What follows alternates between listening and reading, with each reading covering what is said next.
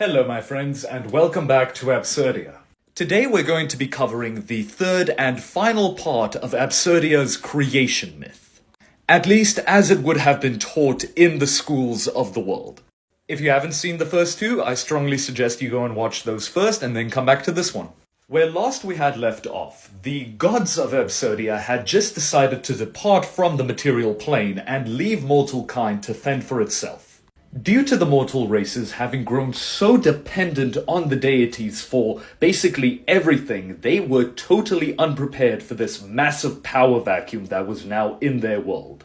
A power vacuum that was swiftly filled by the dragons. And so for the next few hundred years, Absurdia would be caught in a massive war between the dragons and the mortal races.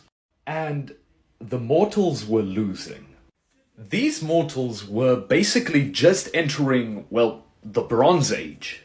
Their weapons and their magic were still too primitive to combat the massive strength and fire of the dragons. And as such, for a time, it seemed inevitable that mortals would just fall under the dragon rule. Dragons would therefore be the dominant species ruling over the entire world, had it not been for Eldor.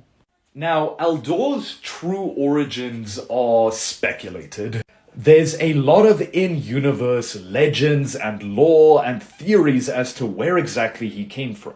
All that is known is that Eldor led a party of great heroes and champions, and together they defeated the great dragons and won the war. I'd of course love to go into more detail about Eldor and the party that helped him, but that is for another video. After winning the war against the dragons, Eldor and his party then ventured out and conquered all of the known world, after which they started construction of their great capital, Zirvatar. And so the people of this empire named the continent that housed Zirvatar after their emperor. And as such, this continent was finally known as Eldoria. Eldor and his champions ruled from Zirvatar for years. During this time, the world saw an economic and cultural flourish. Ancient magic was uncovered and new magic was created, as well as ancient and new forms of technology. And so, many thought that Zirvatar would be this millennium empire that would stand the test of time. But it was not to be. Nobody knows why or exactly what happened, but what they do know is that one day, Eldor went out on a voyage.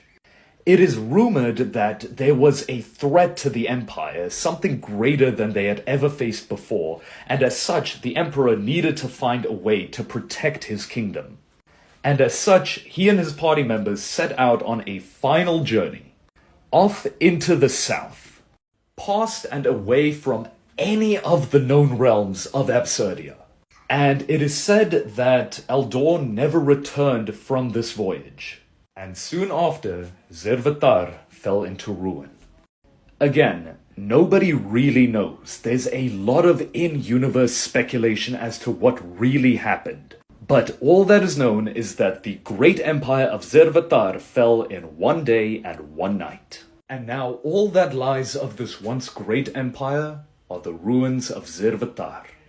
Those that did survive the fall of the empire quickly realized that they would have to leave this continent and go and make their chances somewhere else in the world.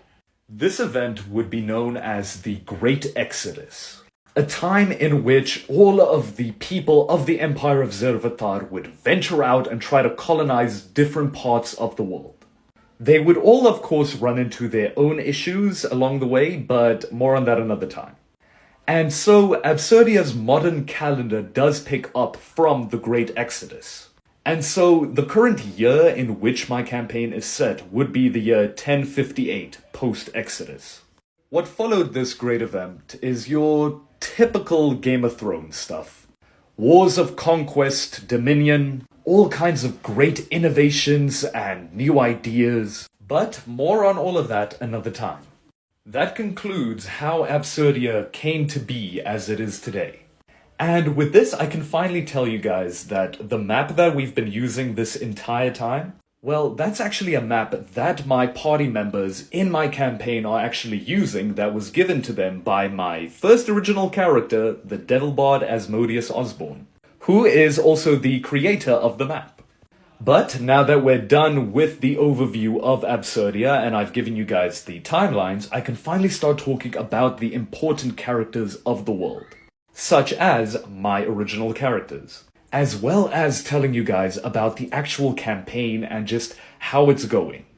As one of the main mysteries of the campaign is what happened to Zervatar. So, stay tuned for that, my friends. We've got a lot to cover. Stay tuned.